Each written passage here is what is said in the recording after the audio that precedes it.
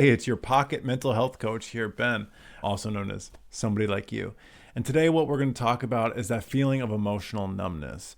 Sometimes when you're going through life and things are happening and you feel nothing, things that used to make you happy or bring you joy just don't anymore. You look around you and see people are laughing, so you laugh too because that's what you think you're supposed to be doing. Yeah, that's emotional numbness. And it's a lot more common than you think. So if you're experiencing this right now, I just want you to know you're not alone. It's okay. And we're going to work through it a little bit today. The first thing to remember is we have to identify it. And a lot of times this gets confused with depression. Emotional numbness can be mixed up with depression because a lot of people think that that's what depression presents as. I'm going to tell you what emotional numbness is versus what depression is. Emotional numbness is that feeling of nothingness. It's just kind of that blank stare of, I know I'm supposed to be feeling something, but I just don't have the juice right now.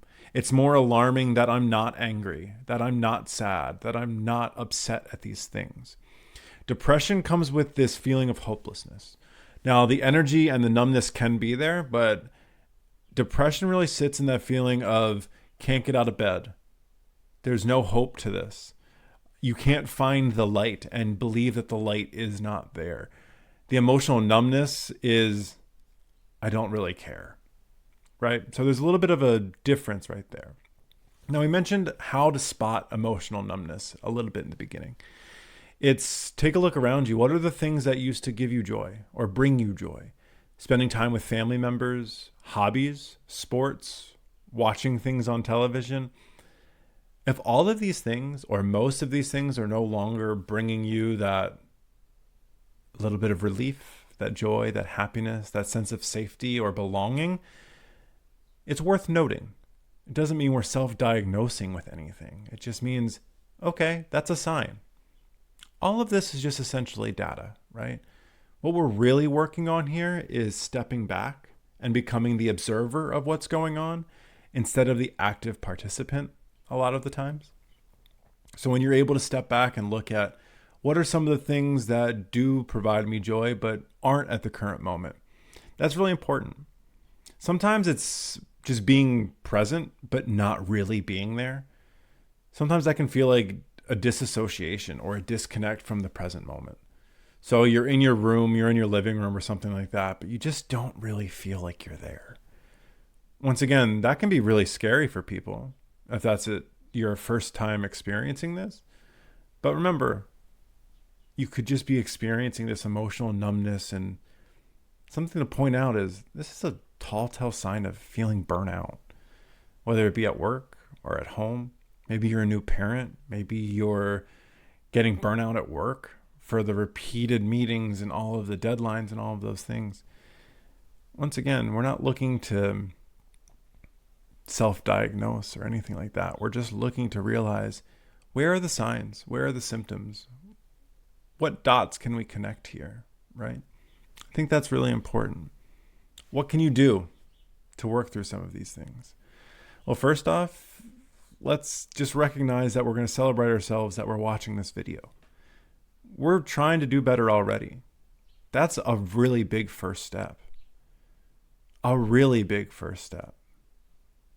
One, you're now recognizing that other people watch this video too. You're not alone. It may feel like we're the only one experiencing this, but emotional numbness and that feeling of no one understanding, well, that feeling of no one understanding is something that a lot of people feel, but it just tricks us to think that no one gets it. And if they do, they don't understand how I experience it.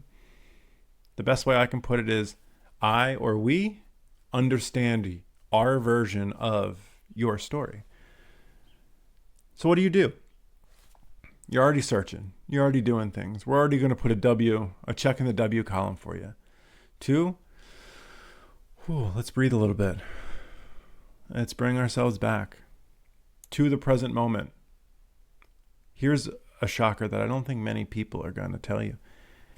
It's okay to be and feeling emotionally numb right now. The problem is you want to feel something else. Just be here. You have nowhere else to be. Feel emotionally numb. That is a feeling and an emotion in itself. Allow yourself that feeling. Allow yourself the grace to experience what it is you're experiencing without feeling like you're behind or you're broken or you're crazy or anything like that. You're allowed to feel this way. I know you don't want to feel this way, but that's kind of the point.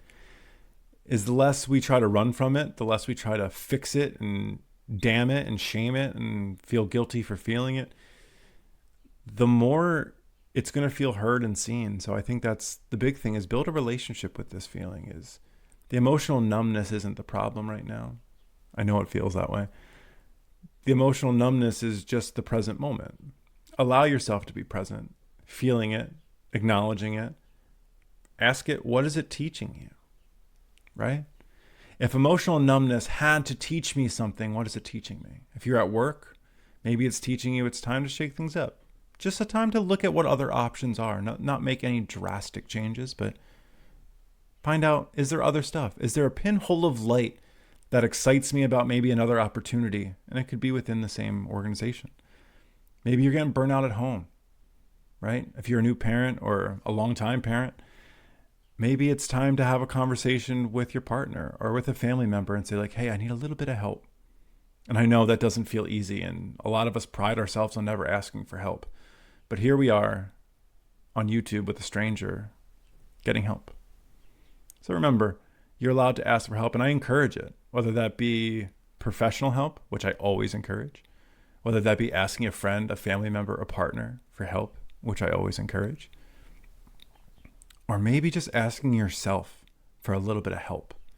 And that can come in the form of grace, understanding, turning down the knob on the perfectionism, and allowing yourself to know and feel that you're just doing the absolute best you can right now, even though it doesn't feel like it's the best. Because at the end of this day, what we're looking to do is get a little bit of support from friends, family, professionals. And once again, this doesn't substitute for professional help, right? So as with anything, it's really important to find a therapist, a doctor, a mental health coach, a mental health professional that you feel connected with, that can sit in a room with you like this and make you feel seen and understood. Because the key to all of this is understanding that I don't have the answers for you. I'm designed to be a partner with you to find the answers for yourself, a teammate. So remember, look around, see who the teammates are in your life right now, and allow them to be a teammate for you. Because this emotional numbness isn't ever going to go away if we don't allow it to teach us a lesson. If you're getting to the end there and you're like, oh my gosh, I don't know what to do here. 3 deep breaths, long exhales.